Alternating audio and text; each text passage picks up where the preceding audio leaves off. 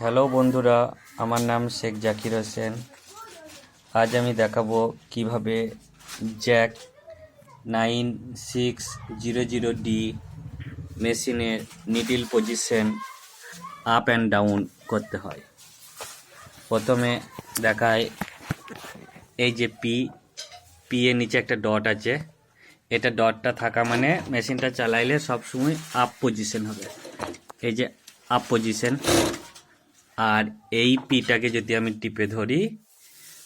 টিপে ধরলাম, এই ডটটা চলে গেল, তার মানে এবার ডাউন পজিশন হবে। এই যে সুইচ সবসময় ডাউন হচ্ছে, এই সবসময় ডাউন হচ্ছে।